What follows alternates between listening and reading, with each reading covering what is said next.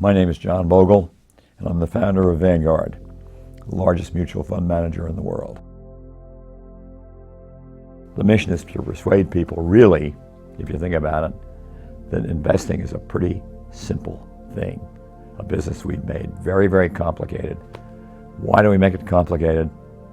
If you want to look at it in a simplified way, we make it complicated because complex investing is great for the sellers and bad for the buyers, and simple investing is great for the buyers and bad for the sellers. The fundamental math, the tautology, if you will, of the indexing formula. So it's just simple arithmetic, mathematics, simplicity. If you will index, you will be a more successful investor than you otherwise would have been. So the principle is right there. It's simple. It seems extremely modest.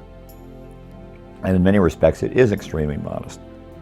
But then you get finally to the math, what I think I probably told you was called, I stole this phrase from Justice Brandeis, writing on a different subject a long, long time ago, 100 years ago, the relentless rules of humble arithmetic.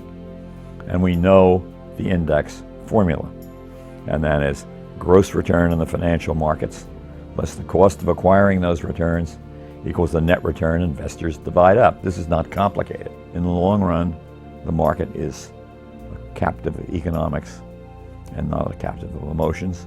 And in the short run, day to day, the economics simply don't change. Today, from the standpoint of economics, is identical to yesterday, and tomorrow will be identical today. Investing is an act of faith. I think I left you there. Faith that our corporations will do what they're supposed to do, and that is earn a good return on our capital that we've entrusted to them. Second, it's an act of faith to believe that our trustees and investment managers will put our interests ahead of their own and give us our fair share of those returns. And this is kind of a recurring theme. And nothing guarantees success there. It's a very important point.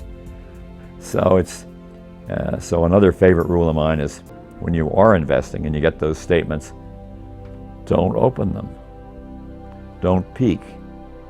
And I will guarantee you this, if you put your money away, say 10% of your income, I have this article in this example in an article I'm writing.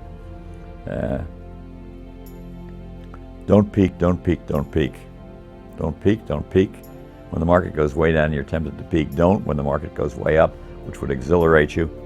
Don't peek. And when you get to retirement and someone says, like I do with my dog's dinner, now, they're supposed to wait until that, now, you will probably fall over in a dead faint. You won't believe you could have accumulated all that money. It will seem like a miracle to you. And it is a miracle if you get the miracle of compound interest. As I've often said, what is the intellectual basis for indexing? It's a gross return on the stock market minus the cost of playing the game is the net return that investors divide up. Nobody wants to argue with that because it's true. And so if you've got the math on your side, you have the intellectual basis. Own the market and get it for as little as you can, and you'll do better than nearly everybody else. It's true. And the idea, to me, that people drag kicking and screaming indexing can ever compete with people who have a holy mission of indexing just defies human logic.